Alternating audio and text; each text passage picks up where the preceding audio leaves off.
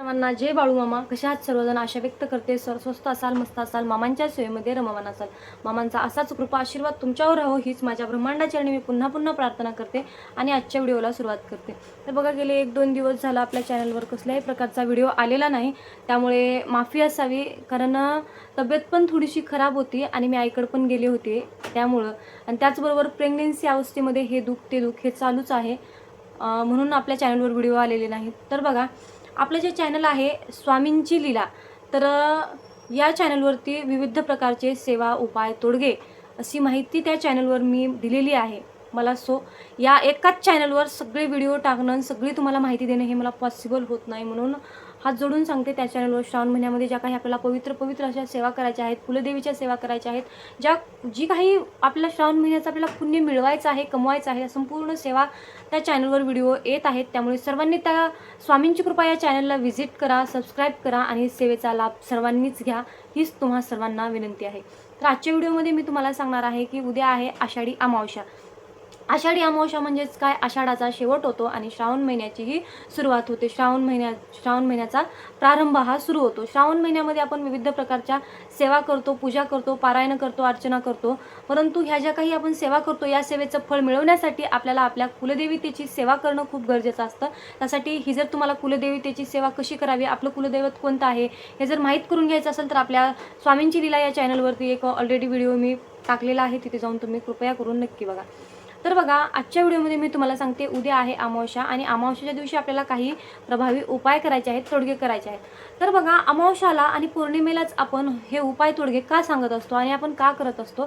तर बघा, जसं समुद्राला आहुती येते अमावस्या आणि पौर्णिमा आल्यानंतर, जसं तो समुद्राचा पाण्याचा प्रवाह असतो, जशी ते संत गतीने वाहत असतात, तर तो अचानकपणे अमावस्या पौर्णिमाला समुद्राला आहुती येते, अचानकपणे लाटा उसळतात, पाण्याचं प्रमाण हे अति वेगानं वाहत असतं आणि अमावस्या पौर्णिमामध्ये अशा प्रकारचे बदलाव होत असतात. त्याचप्रमाणे अमावस्या आल्यानंतर आपल्या शरीरामध्ये सुद्धा तितकेच बदलाव होत असतात. त्याचं कारण असं आहे, आपल्या शरीरामध्ये 70% हे पाणी आहे, म्हणून पाणी हे पाण्याकडे अट्रॅक्ट होतं. पाणी हे जीव आहे, पाणी हे जीवदान देणारं आहे. म्हणून अमावस्या आल्यानंतर आपल्या मनामध्ये कुठंतरी भीती निर्माण होते. आपल्याला वाटतं की अमावस्या आली म्हटलं की खडतर असं वाटतं, कारण प्रत्येकाच्या घरामध्ये काही ना काहीतरी अमावस्येच्या वेळी घडत असतं. कुणाच्या घरामध्ये भांडण होतात, कुणाच्या घरामध्ये मुलं आजारी पडतात, कुणाच्या घरामध्ये वृद्ध माणसं आजारी पडतात, तर कुणाच्या घरामध्ये भांडण होत असतं. म्हणजे काही ना काहीतरी हानी त्या घरामध्ये होतच असते. म्हणून अमावस्या आली की आपल्याला खडतर असं वाटत असतं, भीती वाटत असते. त्यासाठी खास करून उपाय मी तुमच्यासाठी घेऊन आलेली आहे. त्यासाठी व्हिडिओ कृपया करून शेवटपर्यंत नक्की बघा. तर बघा, अमावस्येच्या दिवशी आपल्याला उपाय करायचा आहे. ज्या घरामध्ये लहान मुलं आजारी पडतात, त्या घरामध्ये तुम्हाला हातामध्ये पिवळी मोहरी घेऊन वल्गसूक्त म्हणायचं आहे आणि जे मूल आजारी आहे त्या मुलावरून ती मोहरी 3 वेळा उतरून ती मोहरी तुम्हाला भीमसेनी कापरासोबत जाळायची आहे. त्या कापराचा धूर तुम्ही अख्ख्या घराने दिलात तरीही चालेल. आपल्या घरामध्ये जी काही निगेटिव्हिटी आहे, जे काही वाईट शक्तीने प्रवेश केलेला आहे, ते आपल्या घरातून बाहेर जाण्यासाठी नक्कीच मदत होते. त्याचबरोबर अमावस्येच्या दिवशी आणि प्रत्येक शनिवारी, तुम्हाला सांगते, श्रावण महिन्यातल्या प्रत्येक शनिवारी आणि अमावस्येच्या दिवशी तुम्हाला काय करायचं आहे, कालभैरवाष्टक स्तोत्र तुम्हाला ऐकायचं आहे, पठण करायचं आहे, किंवा येत असेल तर म्हणायचं आहे, येत नसेल तर यूट्यूबवर तुम्ही लावून द्या. त्याचबरोबर हनुमान चालीसा सुद्धा तुम्हाला ऐकायची आहे. असं केल्यानं काय होतं, तुमच्या घरामध्ये जी काही वाईट शक्ती असेल, भूत, बाधा, प्रेत, पिशाच जे काही असेल, ते हनुमान चालीसा आणि कालभैरवाष्टक स्तोत्र यामुळे आपल्या घरामध्ये वाईट शक्ती हे टिकूच शकत नाही. म्हणून तुम्हाला हे उपाय करायचे आहेत. त्याचबरोबर तुम्हाला काय करायचं आहे, अमावस्येच्या दिवशी शक्य तेवढी आपल्या कुलदैवताची सेवा करायची आहे. जर तुम्ही श्री स्वामी समर्थ महाराजांची सेवेकरी असाल, तर तुम्हाला स्वामींची खूप प्रमाणामध्ये सेवा करायची आहे. त्याचबरोबर मी प्रत्येक अमावस्येला तुम्हाला सांगते की आपल्या घरामध्ये जे काही आपल्या घरातील वातावरण आहे हे स्वच्छ करा. आपल्या घरातील जे काही जाळ्या जळमट आहेत, जी काही निगेटिव्हिटी आहे ती स्वच्छ करा. का तर आपलं घर स्वच्छ असेल तर आपलं मन सुद्धा तितकंच प्रसन्न राहतं, हे लक्षात ठेवा. म्हणून अमावस्येच्या दिवशी सकाळी आपल्याला आपलं पूर्ण घर स्वच्छ करून, देवघर स्वच्छ करून, गंगाजल आणि गोमूत्राने आपल्याला देवघर स्वच्छ करायचं आहे. देवाची व्यवस्थित अशी पंचोपचार पूजा करायची आहे. शक्य तेवढं तुम्हाला नामस्मरण करायचं आहे आणि आपल्या हातून तोंडून काहीतरी वाईट घडणार नाही याची तुम्हाला कटाक्षाने त्या दिवशी काळजी घ्यायची आहे.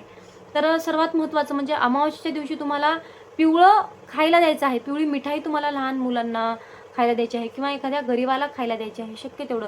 का तर अमावस्या म्हटलं की माता लक्ष्मीचा वास आपल्या घरामध्ये होत असतो. जेवढी अमावस्याला तुम्ही सेवा कराल तेवढी सेवा ही कधीच वाया जात नसते. का तर अमावस्येच्या दिवशी माता लक्ष्मी आपल्या घरामध्ये आपल्या सेवेला बघून आपल्या घरामध्ये येत असते.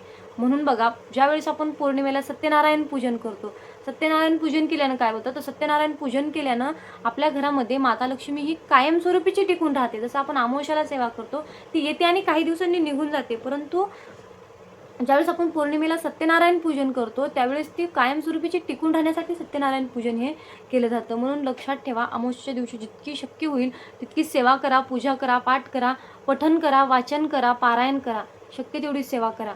आणि आपण जे काही म्हणतो भूत बाधा करणे यासारखे तांत्रिक मंत्र हे अमावस्येच्या दिवशी वापरले जातात, केले जातात.